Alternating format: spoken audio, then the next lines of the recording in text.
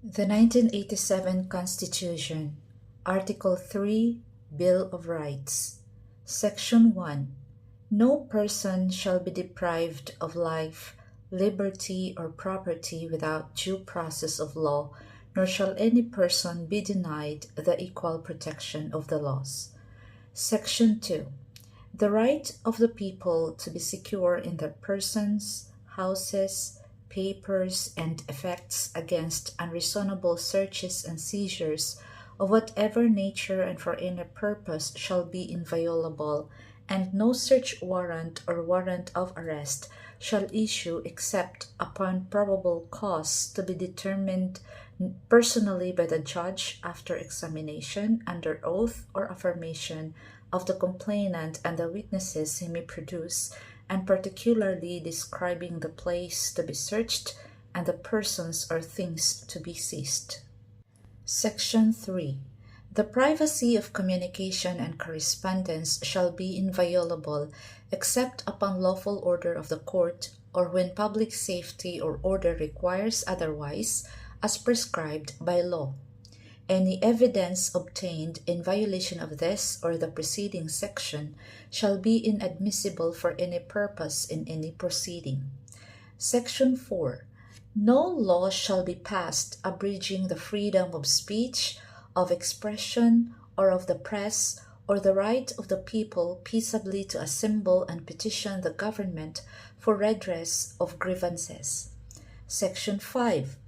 No law shall be made respecting an establishment of religion or prohibiting the free exercise thereof. The free exercise and enjoyment of religious profession and worship without discrimination or preference shall forever be allowed. No religious test shall be required for the exercise of civil or political rights. Section 6. The liberty of abode and of changing the same within the limits prescribed by law shall not be impaired except upon lawful order of the court. Neither shall the right to travel be impaired except in the interest of national security, public safety, or public health as may be provided by law. Section 7. The right of the people to information on matters of public concern shall be recognized. Access to official records and to documents and papers pertaining to official acts, transactions, or decisions, as well as to government research data used as basis for policy development, shall be afforded the citizen, subject to such limitations as may be provided by law. Section 8. The right of the people, including those employed in the public and private sectors, to form unions, associations, or societies for purposes not contrary to law shall not be abridged. Section 9. Private property shall not be taken for public use without just compensation. Section 10.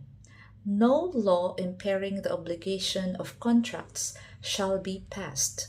Section 11.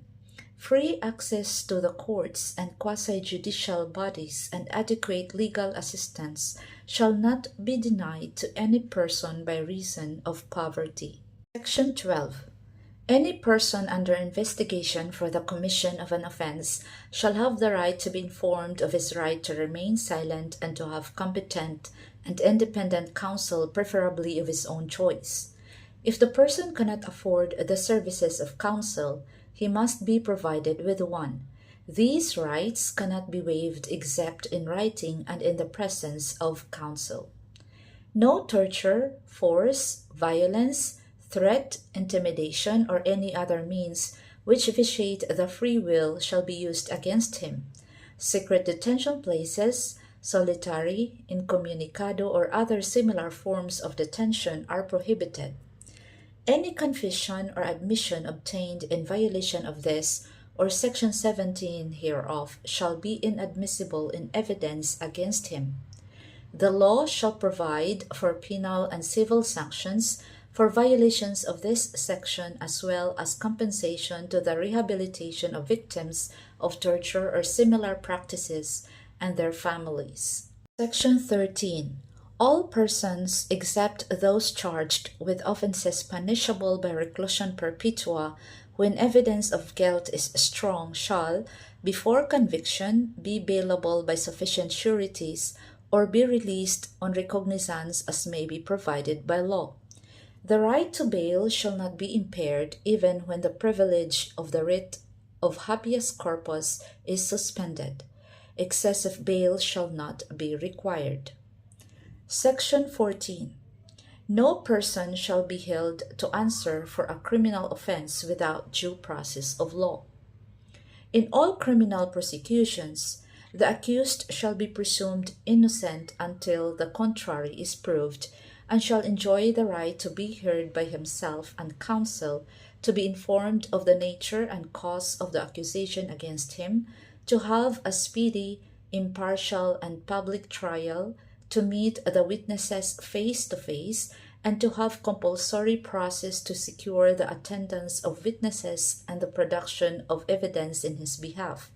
However, after arraignment, trial may proceed notwithstanding the absence of the accused, provided that he has been duly notified and his failure to appear is unjustifiable. Section 15.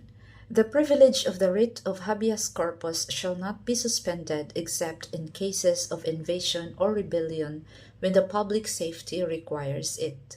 Section 16. All persons shall have the right to a speedy disposition of their cases before all judicial, quasi-judicial, or administrative bodies. Section 17. No person shall be compelled to be a witness against himself. Section 18.